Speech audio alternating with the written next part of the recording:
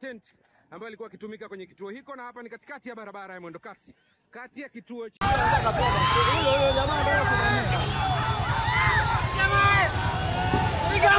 nayo naumiza watu wetu watumia kodi zetu aisee, unapiga watu mabomu.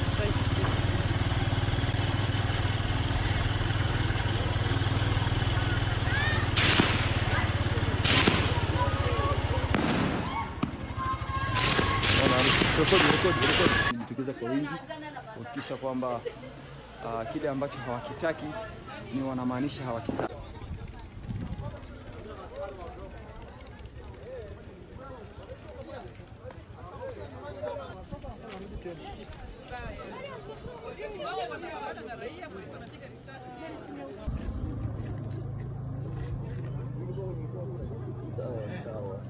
Nifanye nini? Kwa huku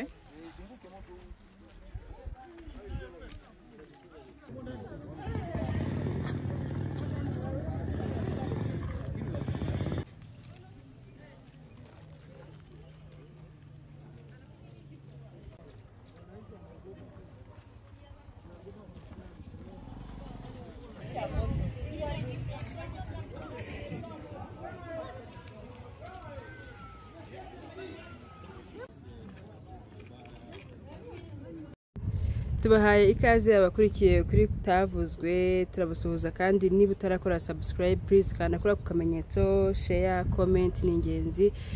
Abadukurikiye muri mu mpande z'isi zitandukanye turabasuhuje, harimo Amerika, Canada, Australia, Europe, Afrika muri rusange, Tanzania, Uganda, Burundi, namwe muri mu Rwanda turabasuhuje kandi tubahaye ikaze muri iki kiganiro cyacu kuri uyu munsi. Uyu munsi rero hari ibintu biri kuvuga bitandukanye bya Tanzania ku bijyanye n'imyigaragambyo gikomeje. Turi kumwe na Punditse ariko hagati aho tubaje kumwakira.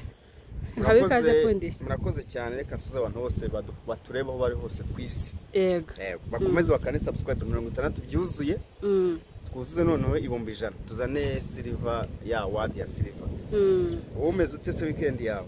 Pundi nanjye meze neza. Hagati aho dukomeje kiganiro hari kwibazwa ibibazo bitandukanye kuri imyigaragambyo ya Tanzania, kandi umuntu yakwibaza kuki Samia Suluhu yatsinze amatora kandi imyigaragambyo ikabigikomeje. Abatavuga rumwe na Samia bavuga yuko amatora nta yabaye kubera ko there were no fairness in elections. Bishatse kuvuga iki? Habayeho fairness cyangwa se free kwigenga no guca mu mucyo, kubera ko abatavuga rumwe na Semu cyangwa se batavuga rumwe na Samia batamushaka. Ubwo ndaza no kubabwira n'impamvu y'imyigaragambyo ikomeje kandi yaratsinze, kuko mu video baraza kuba banayareba. Bakuri iki kiganiro turanabashimira cyane ko babireba. Hari abagabo babiri batavuga rumwe n'ubutegetsi bwa Samia, Mama Samia Suluhu Hassan, ni uwitwa Tundu Lissu wa Chadema, ndetse Chadema niyo main opposition political party muri Tanzania, cyangwa se ishyaka ritavuga rumwe n'ubutegetsi bikomeye cyane muri Tanzania. Undi yitwa Luhaga Mpina wa ACT Wazalendo, ni ishyaka rya kabiri rifite imbaraga ritavuga rumwe n'ubutegetsi bwa Samia Suluhu cyangwa se bwa CCM. Then nureba neza urasanga CCM kuva mu 1961 iyobora Tanzania, uriya mu perezida Samia n'uwa gatandatu ni CCM gusa yamyiyobora. Kandi ubona ko abanyatanzania basa nkaho bayihaza, barashaka impinduka biciye no mu rubyiruko nirwo rushikika nirwo wabwira ukajya mu mihanda bigakunda. Ntabwo wafata umuntu mukuru ufite PhD ngo ajye gutwika ipine cyangwa gutwika imodoka, ahubwo arakureba akakwibwira akakora akavuga ati uru rubyiruko ariko nta bwenge bwinshi ufite. So then nureba urasanga witwa Tundu Lissu rero we yafunzwe ku itariki 9 z'ukwezi kwa 4 uyu mwaka wa 2025. Uyu niwe wakabaye ahangana mu matora na Samia. Impamvu avuga ko nta matora yabayeho rero nuko bavuga ko Samia nta muntu bahatanye, abagomba guhatana nawe yarabafunze, abandi yarabisha. Turaza kureba amatariki n'abantu bagiye bashimutwa n'igisirikare bakaburirwa irengero, abandi polisi ikavuga ngo iri gukora iperereza nyuma ntibagaragaze icyavuye mu iperereza. Ariko Tundu Lissu yafunzwe azira ko yari yabwiye abarwanashyaka bo muri Chadema, chama cha Chama cha Demokrasia na Maendeleo Chadema ni ishyaka riharanira nyine iterambere na demokarasi. Yari yavuze ko ashaka ko habaho reform, impinduka mu bijyanye no gutora, noneho hakabaho uguhangana kw'amashyaka, ntihabeho kuniga abatavuga rumwe n'umutetsi no gushyiraho icyo wakitwa monopoly, kubera ko bazanye ikintu cyitwa code of conduct. Chama Chadema yanga gusinya icyo gitabo cy'imyitwarire, iravuga ngo ibintu gushaka kutuniga, ahita afungwa agashinjwa kugambanira igihugu. Kandi bakavuga ko ibyo yavuze byo guhamagara abantu kwigaragambya yagira ngo habeho ko bakoroshya ibijyanye no gutora, ariko ahita ashyirwaho ibyaha byo kugambanira igihugu, arafungwa. So ariko gufungwa kwe iyo kwitegereje usanga atari ukugambanira igihugu kukavuga, ahubwo ni ukumucecekesha no kugira ngo amatora abe afunzwe, kuko amatora yabaye kuri 29 z'ukwezi kwa 10 2025. Tundu Lissu yaragifunze, urubanza rwe rwasubitswe inshuro 5. Utararengaho iyo myaka 64 yose ishize, no kuba ko iryo shyaka ryayoboraga ikigero rishaka kongera kuyobora ubu ngubu. Yaratsinze, of course yaratsinze Samia, kandi no mu ishyaka n'undi rimaze imyaka 64 riyoboye. Bazakomeza kuyobora kuko ni manda y'imyaka 5 narangira, hazongera yamaze ayemere manda 2. Nibo n'ubundi ni mu cyongereza bavuga a country with a single ruling party. Igihugu gifite ishyaka rimwe riri ku butegetsi nyine mu myaka 64. Niyo mpamvu Samia n'uwo muri iryo shyaka rya CCM, kandi yaratsinze, bivuze ngo nyine ni ishyaka rimwe style. Kuri rero kuri Ruhagampi nawe bavuze ko hari ibyo atubahirije, ntiyemerwa kwiyamamaza. Abarwana shyaka ba AST Wazalendo bakavuga ati ibi ni ugushaka kwanga ko habaho position. Samia rero akaba yari yamaje bavuga ko ari wenyine. Nayo mpamvu n'urubyiruko rwanga kuva mu muhanda ruririmba ngo hatumutaki Samia, ntidushaka Samia, turashaka ko avaho. Ariko none areba ubuzima bw'abarwana shyaka ba Chadema meze nabi cyane. Hari nk'itangazo hano ryashyize hanze ku itariki 30 Oktoba, 30 Oktoba, ryasohowe n'irihe shyaka? Ryasohowe na Chadema, rishushwa ku mbuga nkoranyambaga, ubwo ni X yahoze yitwa Twitter. Iravuga ngo Chama cha Demokrasia na Maendeleo Chadema kina utaarifu umma kwamba makamu mwenyekiti wa chama. Itangazo kugira ngo tumenye. Yego, iravuga ngo ishyaka rya Chadema riramenyesha rubanda ko umunyakubahwa cyangwa se chairman wa Chadema Mheshimiwa John H, nyakubahwa John H anaumwe, arababara na amezidiwa akiwa chini ya mabusu, kandi afungiye muri gereza cyase muri mabuso, kituo cha polisi Mutumba kilichopo jijini Dodoma, afungiye mu mujyi wa Dodoma. So leo ni siku ya 3, ngo uyu ni umunsi wa 3, ubwo bivuze ngo ahubwo uyu ni umunsi wa 5 kuko tutariki ya 2, je pense I think we are on November 2nd. Yego, none ngo ubwo ni umunsi wa 5. Nyakubahwa Hece Hajara Chakura huku ntabwo yigeze arya, yamaze iminsi 3 aryanze kurya, akisumburiwa na maumivu makari, arababara cyane ya moyo, umutima afite agahinda gakabije cyane, umutima umeze nabi, umubiri aribwa, homa kare, afite inkorora nyinshi cyane, na anashindwa kuyinuka, ntabwo ashobora kugenda kubera inzara. So tunalitaka jeshi la polisi, turashaka ko polisi kuchukua hatua za haraka na za kibinadamu, kuba abantu bakajyana kwa muganga uyu nyakubahwa John Heche. Ntabwo numva bamugaburira cyangwa bakemera kuba yarya niba bishoboka, kumujyana kwa muganga akitabwaho kuko ararwaye ntagenda, ariko akanagaburirwa. Ngo afya na uhaye ubuzima bw'umuntu uri muri gereza nibwo bwibanze. Imetolewa leo Alhamisi tarehe 30 Oktoba 2015. Ni tangazo ryasinyweho na Brenda Rupia, mkurugenzi wa mawasiliano na uenezi, ni ushinzwe itumanaho muri Chadema. Bivuze ngo niba umuchairman wa Chadema ari muri gereza akaba ameze nabi, ntabwo wakumva uburyo abarwanashyaka ba Chadema babura kwigaragambya, kandi abakuru babo aba leaders babo cyangwa se leaders babo bari gufungwa, atagenda ameze nabi, yarafunzwe. Ariko kandi Tundu Lissu nawe arafunzwe, urubanza rwe rwasutswe inshuro 5, babuza abari baje kurwumva bavuye muri Kenya barimo ahoza ayobora minisiteri y'ubutabera muri Kenya ndetse n'uwahoze ari umucamanza mukuru muri Kenya babafungiye ku kibuga cy'indege cya Tanzania.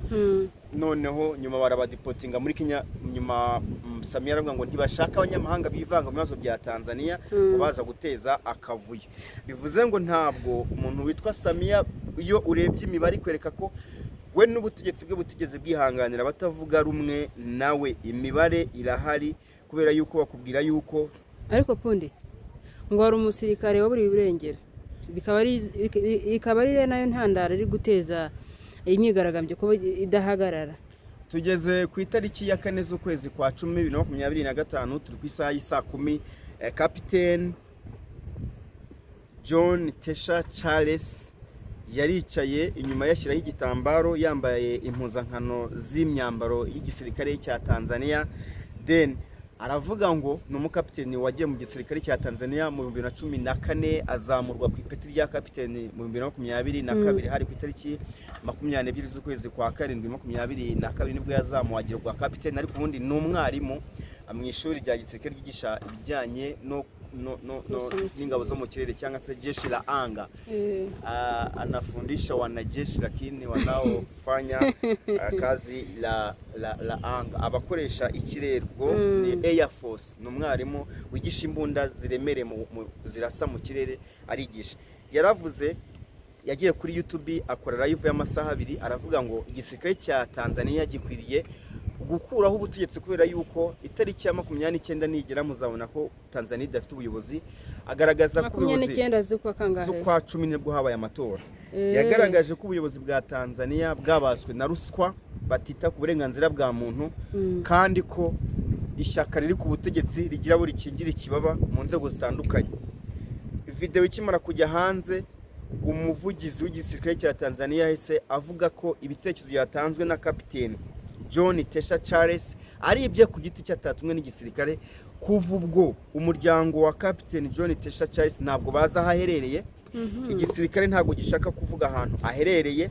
Igisirikare kiri ku butegetsi cya Tanzania ibyiyongera ku kuba hari abantu bagiye baburirwa irengero benshi cyane, aribo ngiye kuba mbabwira. Ni abantu batari bake cyane. Urebye bakubwira ko kuva mu 2021 Samia yajya ku butegetsi asimbuye Magufuli hamaze kuburirwa irengero abantu 83 baburiwe irengero, barashimuswe kandi ntabwo bigeze bagaragaza aho bagiye. Ikindi bakubwira ko abantu 20 bashimuswe mbere gato y'amatora, barimo abantu bakomeye cyane kandi bazwi. Urugero, Humphrey Polepole yabaye ambasaderi wa Tanzania muri Cuba, yashimuswe ku itariki ya 6 z'ukwezi kwa 10 2025. Umuryango wa Humphrey Polepole ibaza umuntu wabaye ambasaderi wa Tanzania muri Cuba gushimutwa bakaba batazahana, ari kandi umuntu wabaye ambasaderi wari umuntu wubashywe cyane w'umunyacyubahiro. Umuryango watangaje ko kugeza n'ubu bataza ahantu aherereye. Yashimuswe ku itariki 6 z'ukwezi kwa 10 2025.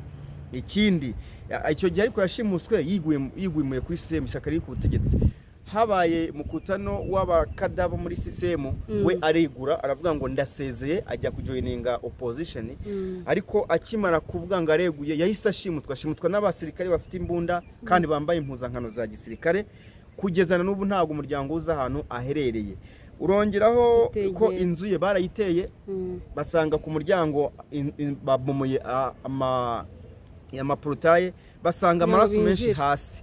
Bivuze ngo ashobora kuba yararashwe, kuko kugeza kano kanya ntabwo isigaye cyavuze ahantu ari, nta n'ubwo umuryango uza ahantu ari. Ashobora no kuba yaranishwe kuko basanze amaraso menshi kuri floor hasi. Hanyuma ku itariki 30 z'ukwezi kwa 4 2025, Padiri Charles Kitina ni umunyamabanga mukuru w'inama y'igihugu y'abepiskopi muri Tanzania, yararashwe ajyanwa kwa muganga. Aroko ku bwicanyi azira kunenga ubutegetsi bwa Samia Suluhu. Umunyamabanga mukuru w'inama y'igihugu y'abepiskopi muri Tanzania yararashwe azira kunenga ubutegetsi bwa Samia Suluhu, ajya kwa muganga kubw'amahirwe araruka ntiyapfa. Ku itariki 24 z'ukwezi kwa 10 2025, Pasiteri Elf Mutaita uyobora Evangelical Lutheran Church cyangwa se ELCT yarafashwe azira kubuza abakristo kuzitabira amatora. Yarateranyije abakristo mu rusengero aravuga ngo ntimuzitabira amatora, ntago ari fair, elections will not be fair and free. Yarabwiye ngo ntago amatora azaca mu mucyo kandi ntago azaba yigenga. Yahise ashimutwa kuri 24 z'ukwezi kwa 10. Yarashimuswe. Ntago baza hari. Inzu yatewe amabuye n'abasirikare baramushimuta. Bayibomaguye. Ku itariki 7 z'ukwezi kwa 10 Padiri Camillus Aloni uyobora Arkidiocese ya Songeya yarashimuswe aziza ko yavuze ko amatora atazaca mu mucyo. Abo ni abantu bakomeye cyane. So hanyuma rero nureba urasanga uyu muyobozi cyangwa se uyu mu Padiri Camillus Aloni ni nawe watangije Radio Maria yo muri Tanzania. Numva n'umuntu ukomeye anikisha muri kaminuza ibijyanye na communications. Umuntu nk'uwo ngo kumushimuta akaburirwa irengero uko byagenda kose urubyiruko rurarakara cyane kuko when injustice becomes law the resistance becomes duties. Iyo akarengane gahindutse itegeko abantu baranira ubwigenge bwabo nabo babigira akazi kubera yuko power without justice cannot last longer. Ubutegetsi budafite ubutabera ntago buramba. Yego ariko se Punde imyigaragambyo irakomeje, ibikorwa bitandukanye birimo byahagaze, ibindi inyubako zitandukanye zirimo gutwikwa, abasahura bari gusahura. Biragaragara nyine ko abantu mu bari kwigaragambya ari abakiri batoya ari urubyiruko. Umuntu akibaza kuki hoteli ya Abdulharim yatwitswe we arazira iki, ari kuri ruhande? Ni ikibazo cyiza cyane, abantu barebye video, ni ikibazo cyiza cyane kubera yuko Abdulharim ni umwana wa Perezida Samia Suluhu Hassan. Muri Tanzania barakubwira ngo uyu mwana ungana gutya yujuje hoteli avanyeho amafaranga na mibano. Abdulharim umuhungu wa Samia yamushyize mu myanya aba muri komisiyo y'igihugu y'amatora. Bivuze ngo yamushyizemo muri komisiyo y'igihugu y'amatora kugira ngo ngazafashe Samia Suluhu kwiba amajwi kubera yuko hari amakamyo yafashwe ari bavuga ko ari y'ibigori baza gusanga ari impapuro zanditseho ko ari ugutora Samia.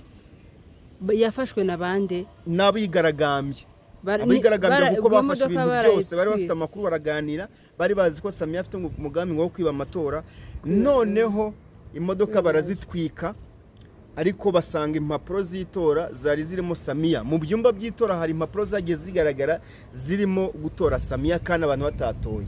Uyu rero Abdulharim iyi hoteli yari Dar es Salaam yatwitswe kubera ko urubyiruko nago rushaka Samia n'abamukomokaho n'abambari be n'abamukigikiye na gatoya. Kwibaza nk'umwana wa perezida kubera iki nta budahangarwa afite ku bikorwa bye byakwangirika nk'ako kageni. Ntago yararinzwe cyangwa se ntago afite ubundi buryo bw'uko yakaba afite security yihariye nk'undi muturage usanzwe. When injustice becomes the law, the resistance becomes duties. Iyo akarengane kahindutse itegeko gushakisha uburenganzira bihinduka inshingano kuko power without justice cannot last longer. Ubutegetsi budafite ubutabera ntago buramba. Kuvuga ngo Abdulharim ni umwana wa Samia ntabwo bimukuraho ko ibikorwa bye abanyagihugu badashaka aka karengane kakorwa n'ubutegetsi bwa Samia gakomeza. Aho ibikorwa byose biri bagombaga kubitwika kuko nagiye nkwereka amatariki abantu bagiye bashimutwaho bakaburirwa irengero. Nakweretse ko Tundu Lissu arafunzwe guhera mu kwezi kwa 4 azira ngo ko yavuze ko bazigaragambya kuko amatora atazaba fair, ariko ari gushinjwa treason. Ni icyaha cy'ubugambanyi gihabwa death penalty, igihano cy'urupfu. Ibaze kumva arabarwana shyaka baca dema ko umuyobozi w'ishyaka ryabo rimwe rukumbi muri opposition bashaka ko ahabwa igihano cyo kwicwa. Bakigaragambya kugeza nuko banateye ikuru ni presidence mu Giswahili kwa Samia Suluhu aho ayoborera barahateye. Bivuze ngo bo bari tayari yo gukora ibintu bishoboka byose ko n'icyo bakindege barakigose bashaka ko hatagira abayobozi bahunga. Bivuze ngo nta kintu na kimwe wabatangira kuko bari gushaka uburenganzira. Muri make nta kintu ubuyobozi bwafashe ubutegetsi buri kumarira abaturage muri kano kanya. Igisirikare Samia yagisabye ko cyarasa abari kwigaragambya kiramuhakanira. Igisirikare cyaramuhakaniye ariko ubundi teori za politike zivuga yuko iyo hari uruhande ni political theories Amerika yazanye iri gukoreshwa ahantu hose mu isi. Umuopozisiyo iyo afite imbaraga uhera ku bayobozi utwo dutsinda wica. Muri Amerika iyo hari abantu badashaka, iyo hari igihugu badashaka ko gikomeza kubateza rwaserera, bahera ku kwica ku bayobozi b'icyo gihugu cyase utwo dutsinda utwo dutsiko. Rero muri Tanzania igisigaye cyanze kumvira Samia kireka abaturage barigaragambya n'abari gupfa n'ukwera kavuyo n'amabuye n'iki, ariko ubundi igisirikare cyo kiri kumwe n'abaturage kuko gifite inshingano zo kurinda abaturage, kuko na Captain Tesha yasabaga igisirikare ko cyategura imyigaragambyo. Bivuze ngo cyo rero ntago kiteguye kurasa abaturage bigaragambye kugira ngo imyigaragambyo ihoshwe, kubera yuko nureba urasanga abarwanashyaka ba Chadema 13 baburiwe irengero mu minsi 9. Abarwanashyaka 13 batwe n'abasirikare ba leta bo muri Lande Kuza barabuze, hanyuma babuze guhera ku itariki ya 2 kugera ku itariki ya 9 z'ukwezi kwa 2025 habura iminsi micenga amatora yo ku 29 nabashimuswe nabo muri Chadema. Ikindi nabo mu karere kari mu majyepfo ya Tanzania bashimuswe barazwi barabayobozi ba Chadema muri Tanzania. So ikindi ku itariki ya 2 z'ukwezi kwa 10 2025 Lobezi Kuriro Musanyiwa umuyobozi wa Chadema yarashimuswe, ashimutwa n'abasirikare ku itariki ya 4 z'ukwezi kwa 2025. Amos Pambara umuyobozi wa Chadema muri Morogoro yarashimuswe. Iryo shimutwa rya hato na hatoya niryo itari kubwira ngo ntago bikunda ku rubyiruko rwarakaye, ariko hari intangazo Chadema yasohoye yamagana ibyavuye mu matora nubwo Samia yatsinze ku kigero cya 98%. Chadema yavuze ngo taarifa kwa umma. Itangazo ni public notice, tangazo reba abantu bose. Taarifa ya awali ya chama juu ya kinachoitwa matokeo ya uchaguzi Tanzania. Ni tangazo rikumenyesha ngo ibyiswe amajwi yavuye mu matora y'ibyiswe amatora muri Tanzania. Chama cha demokrasia na maendeleo Chadema kinapinga ishaka rya Chadema rirasuzugura cyari ranenga vikari kinachoitwa matokeo ikiswe umusaruro cyasa amajwi ya uchaguzi yaliyotangazwa na tume ya uchaguzi, byatangajwe na komisiyo y'amatora muri Tanzania barabinenga. Matokeo haya hayana uhalisia wowote, aya majwi nta kuri kurimo, kwani ukweli ni kwamba hakukufanyika uchaguzi Tanzania. Kwa muri Tanzania nta matora yabaye, ntago bashaka kumva ko yabaye. Kundi mbere yuko tugana ku musozo, urumva Tanzania harimo ukwitana ba mwana. Twitege iki muri iyi minsi ubungubu, kuko nta wemere byari gukora, nyine nukwitana ba mwana, nta kumvikana kuraboneka kugaragarira bose. Twitege icyo Samia yaratsinze azabayobora, byanga byakunda azabayobora. Ibyo bakora byose nuko bari gutwika, bari bangiza ibikorwa remezo bitandukanye. Araza kwicara arebe uko uburyo yabikoramo, arakonsulta bagenzi be babategetsi bayobora ibihugu, arebe. Ikindi araza gusaba ingabo ko ziza kureka imikino zikaba zafata igikorwa, kubera ko yatangaje aravuga ngo ntabwo gukunda igihugu bivuga gusenya no gutwika, bivuga kubaka. Barimo barasenya ibyubatswe. Aba Gen Z ni abantu bavutse hagati y'Icyenda kugeza 2012 n'aba Gen Z. Aba Generation Z cyasa abantu abo mu kiragano cy'ubungubu. Rero Samia speech yavuze igaragaza ko ashobora kuba yategeka polisi n'abasirikare kurasa noneho kugira imyigaragambyo, kuko urubyiruko ntabwo rufite gahunda yo kureka kwigambya kubera irishimutwa, abayobozi bafunzwe, ndetse no kuba batemera ibyavuye mu matora. Yego, turagushimiye kandi dushimira abakomeje kudukurikirana kuri kutavuzwe. Tubasaba niba utarakora subscribe ko wakora subscribe, wende ugakora comment. Ibyo tutagusobanurira neza ukaba wadusobanuriza tukagusobanurira byimbitse. Kandi tubashimira cyane urukundo mugomeza kutugaragariza umunsi ku wundi. Bye bye, ciao ciao, turabakunda.